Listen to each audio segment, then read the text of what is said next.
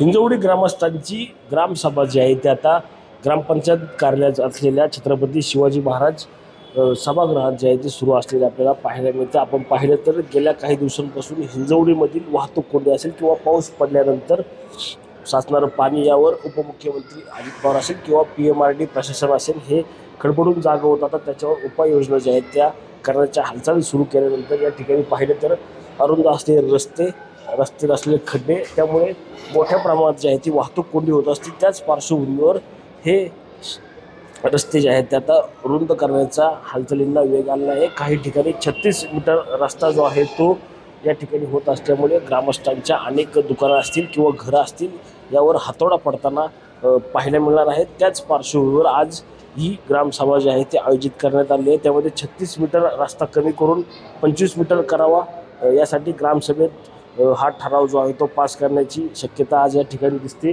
त्याचप्रमाणे ही या ग्रामस्थांची जागा जी आहे ती या रस्त्यात गेल्यानंतर जो मोबदला आहे तो देखील तातडीने ग्रामस्थांना मिळावा अशा मागणीकरता ही ग्रामसभा जी आहे ती आता या ठिकाणी सुरू असलेली आपल्याला पाहायला मिळते। एकूणच आपण पाहिलं तर गेल्या काही दिवसापासून हिंजवडीतील वाहतूक कोंडी असेल त्याचप्रमाणे होणारं पाणी साचणारं जागा असतील यावर जे आहे ते आता या ग्रामसभेत चर्चा होण्याची शक्यता जी आहे ते आता या ठिकाणी आपल्याला पाहायला मिळणार आहे।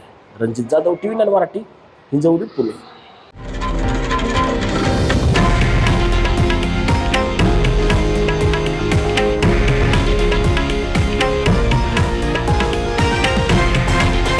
हे आहे देशातील नंबर 1 न्यूज नेटवर्क आणि आपण पाहत आहात TV9 मराठी, एकमेव।